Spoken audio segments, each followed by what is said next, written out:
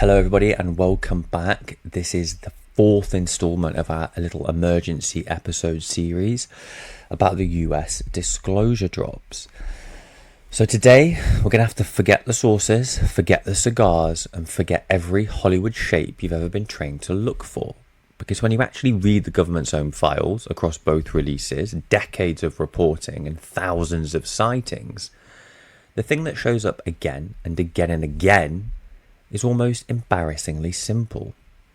It's a ball of light or an orb. That's it. The most common unidentified object reported by the most credible witnesses the United States has is not a flying disc, it's not a triangle or a sphere. Today, I want to show you why this boring little detail, at least when you sit with it, is one of the strangest things in the entire story, and why the government's own numbers about these orbs cut against the hype just as hard as they feed it. So let's start with the people whose jobs it is and what they actually say. The former director of the AARO, the Pentagon's UAP investigation office, has stated it plainly. The most common type of unidentified object being reported is a metallic-looking sphere, reported, in his own words, from all over the world. Typically somewhere between 1 and 4 meters across, showing no obvious signs of thermal exhaust, no heat plume of any kind of engine or rocket, seen wildly going at different speeds, some apparently motionless, hanging in the air, others are in active flight, and capable, he said, of what he carefully called very interesting apparent manoeuvres.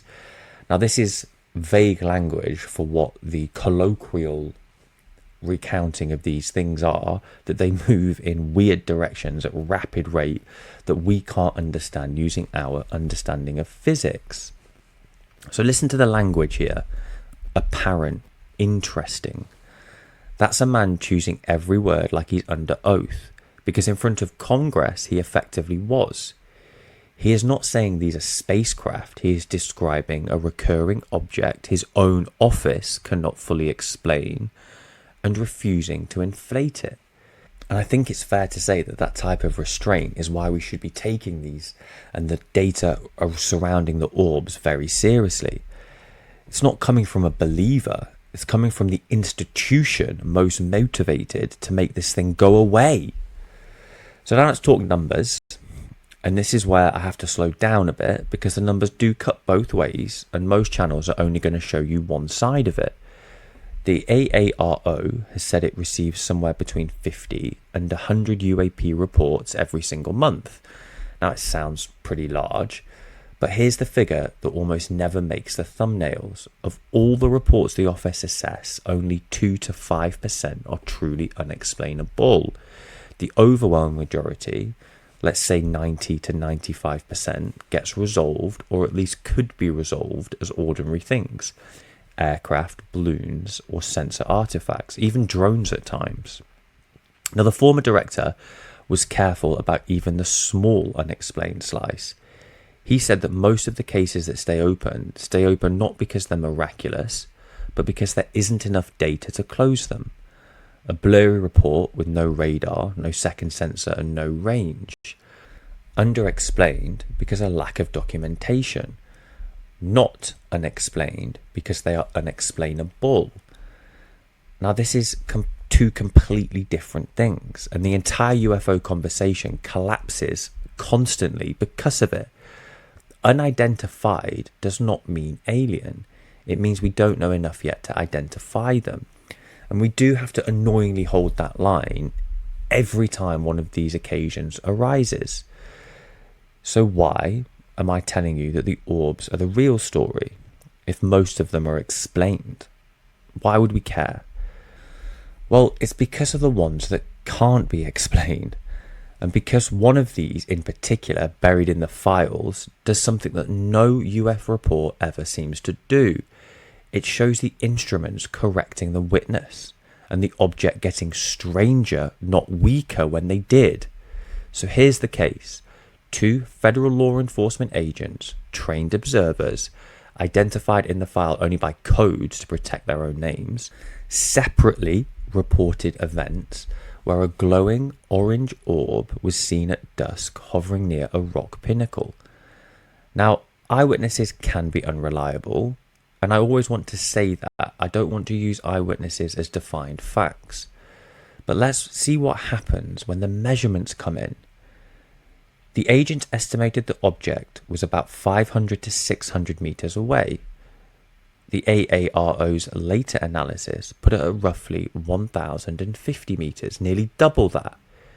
The agents guessed it was about the size of a small helicopter cockpit, but the AARO's assessment says the actual object was somewhere between 12 and 18 meters across. So the witnesses didn't exaggerate, they actually underestimated. The thing was further away and far larger than the men watching it believed. It made no sound, it showed no movement. One agent described it as hovering with, and his phrase was, zero resistance. Now that's the opposite of the usual debunking arc. Normally, you measure a UFO and it shrinks. The dramatic becomes mundane. Here, they measured it and it grew. A silent 12 to 18 meter object hanging motionless a kilometer out. 2 federal agents independently logged this. The file's own description called this one the most compelling case in the entire AARO's holding. Not mine, it was theirs. And it gets even stranger, because the orbs don't always come alone. In another incident in the files, multiple teams of federal agents independently described something genuinely hard to file under the balloon category. Orange orbs in the sky that appeared to emit smaller red orbs. Witnesses described a larger object and smaller ones moving away from it. Some of the smaller orbs moved horizontally, some climbed at an angle, some swooped downwards after launching. Now, people have nicknamed this the big one or the mother orb, and I want to flag that because launching, that language, is the witnesses. It's interpretation of what they saw. A large light, then smaller lights moving away from the larger light. The footage and the report show relative motion. Quote, it launched them, is the meaning the observers hung on it. Annoyingly, we've got to class this as tier 2 or tier 3. We've got to hold it with some caution. But even when held with caution, sit with the shape of it. Multiple independent teams. The same basic descriptions. A large, luminous object associated with smaller ones, and again in coordinated motion. That's not just one tired agent's assessment at the end of a shift. That's a pattern across witnesses who didn't compare notes with each other. And then there's the big ass elephant in the room. The one thing that these orbs didn't have: violent motion. The current head of the AARO's described this as the one to Congress directly. A law enforcement officer out west reported a large orange orb floating 100 feet above the ground. He drove towards where he thought it was, and as he closed in on it, the glow resolved into something he described as blacker than black, roughly the size of a Prius. And when he got within about 40 to 60 meters of it, the object tilted around 45 degrees, then shot straight up, faster, he said, than any drone he'd ever seen. As it cleared his field of view, it lit up bright with red and blue lighting, flooding the inside of his own vehicle with the light, in his words, as if fireworks had gone off right outside the window. It's a single witness, no second sensor mentioned, so by our own rules, it has to be classed as testimony, not proof. And I'm flagging it here as exactly that. But it's testimony from a trained officer, taken seriously enough that the director of the Pentagon's UAP office repeated it under questions to Congress under oath. And notice the pattern it shares with the others. It starts off as a glowing sphere. It behaves in a way ordinary aircraft do not. And it's logged by someone whose profession is an accurate observation. The orb is the doorway. What walks through it is the part nobody can close. Now this brings me to the framework that serious analysts actually use, because it moves weird is not analysis. But there is a checklist in this field. The genuine anomalous case gets measured against what are called the Five Observables. 5 behaviours that, if real and correctly measured, are very hard to square with any known technology. The first one, anti-gravity lift, staying up with no wings, no rotor, and no visible means of support. The second is instantaneous acceleration, changing speed or direction faster than any crewed craft could survive. The third is hypersonic velocity, with no signature, extreme speed with none of the sonic boom or heat that it should produce. The fourth is low observability, being hard to track even when it's right in front of you. And the fifth is transmedium travel, moving between air and water without slowing down. Now here's why this checklist matters. A real orb case is only interesting if it ticks one of these boxes with actual measurements behind it. The rock-pinnacle orb, silent, no exhaust, holding station 1 kilometre out, gestures at low observability and anti-gravity lift. The orb that shot vertically gestures at instantaneous acceleration. But gestures at is the whole problem. Without calibrated instrument capturing it, an observable is a description, not a measurement. The orbs are the right place to look, but they are not yet, at least on this evidence, proof of anything on that list. Now keep both halves of that sentence. Let me do something this channel exists to do. Hand you the boring explanations properly before you fall in love with the exotic one. Orange and red glowing orbs at dusk or night have a long list of mundane candidates, and an honest investigator runs through all of them first. Flares. Military and emergency flares burn orange and red and can hang under parachutes, drifting, and it appears to launch in clusters.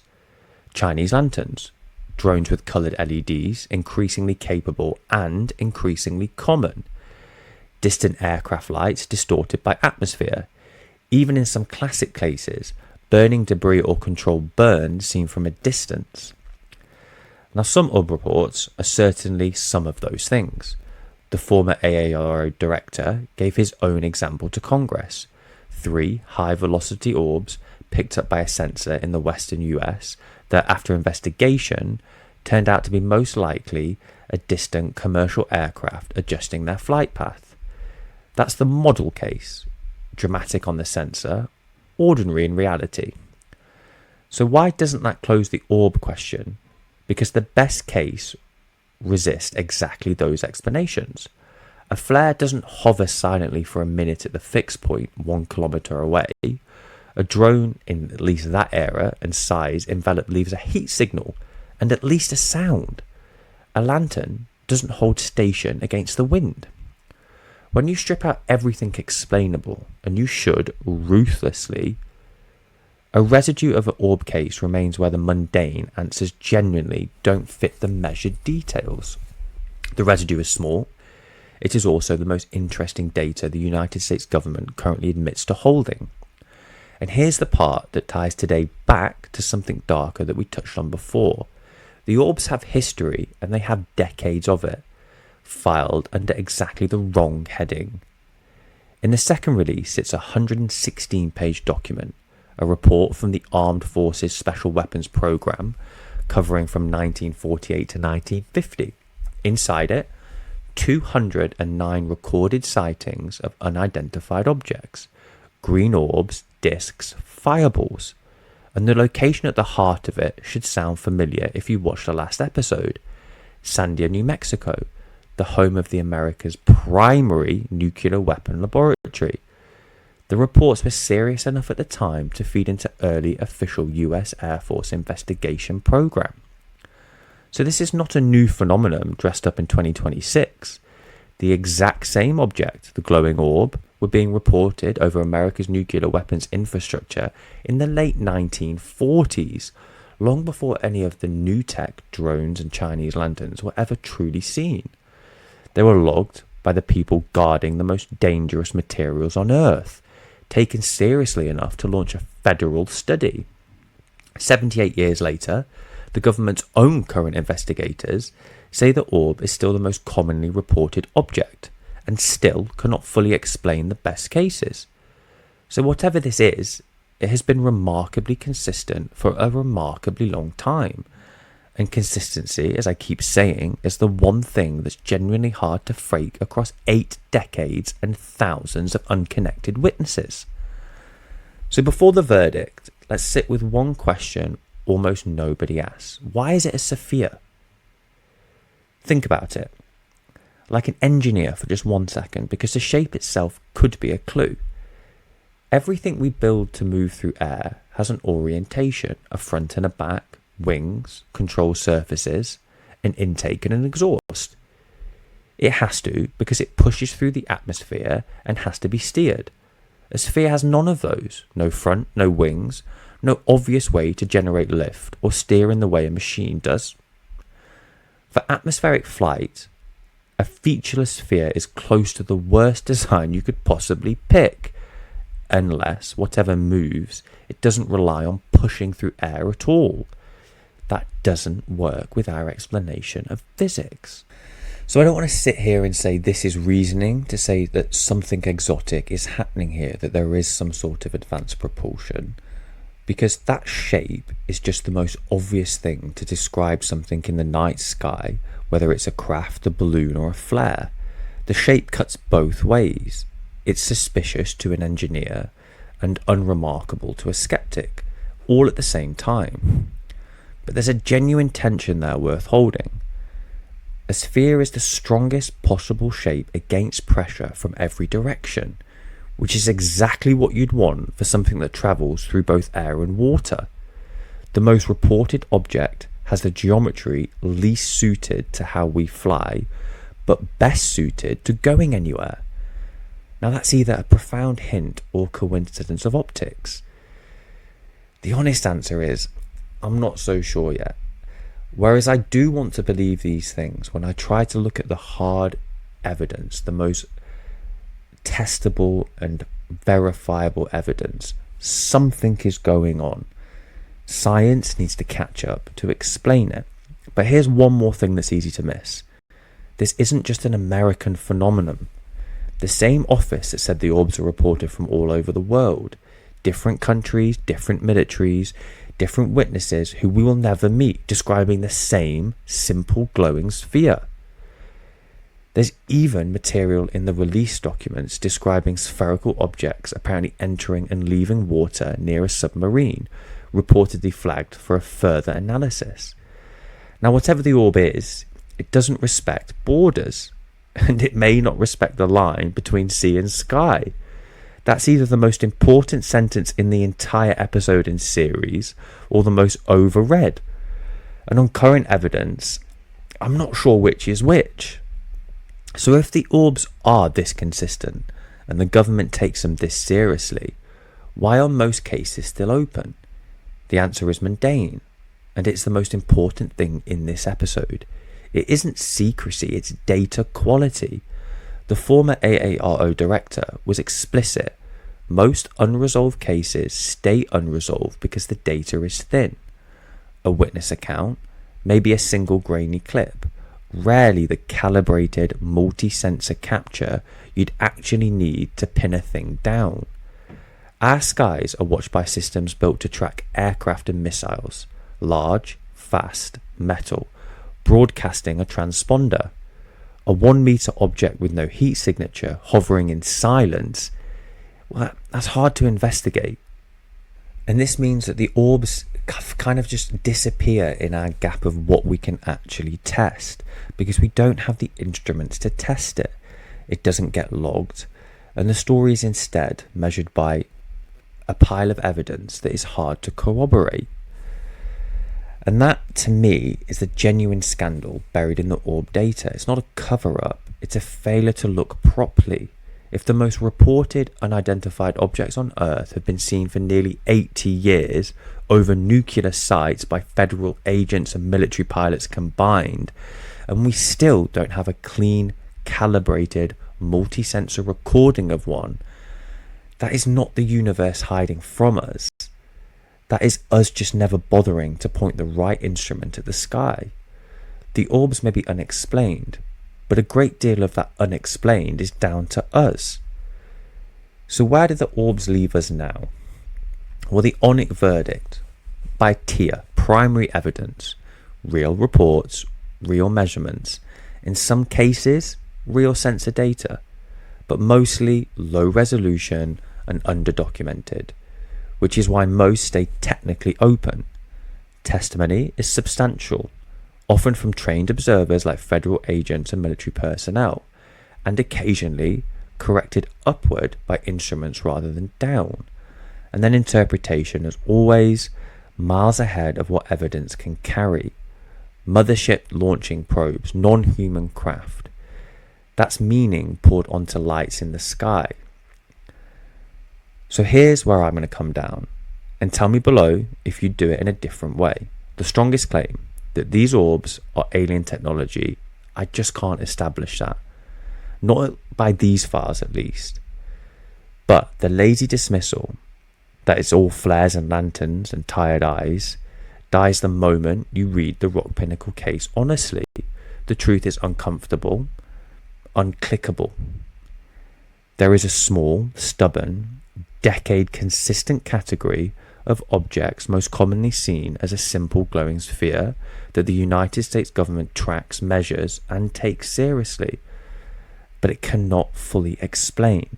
There's a smaller claim here than the hype. But this kind of evidence is far harder to walk away from than the debunkers want you to believe.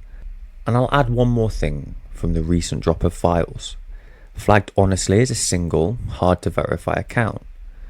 There's a report described in the late 2025, orange oval globes with a pale centre, seen near a helicopter, then reportedly observed near a fighter jet, forming a distant triangular pattern before vanishing, watched by the account for several minutes by military personnel. Now, because the evidence is somewhat lacking on this one, I can't put it in the tier of testimony just yet. However, more data on this may prove that this is an extremely interesting sighting and one we should definitely pay out in any future disclosure. The melody of this phenomenon hasn't really changed much over 78 years. And that's the part that keeps me from dismissing it, and the lack of hard data is the part that keeps me from believing it. Both at once, and it's always both. Next episode, we leave the objects behind entirely and look at the people, the credentialed personnel, the investigative journalists, the whistleblowers, the figures telling you what all of this means, because their warnings are getting louder and stranger, and the questions we have to ask is the one nobody wants to. Does a serious person's confidence count as evidence, or is the "trust me, I've seen classified" version just the oldest trick in the book? Today though, it's all been about the orbs. If the most reported object on Earth is a silent glowing sphere, what do you think it actually is? Let me know in the comments what you guys think. If we've misinterpreted or misinformed as ever, let us know. And what are you making of the recent disclosure drops from the biggest government in the world? Until next time, thank you for joining us, and we'll see you in episode 5.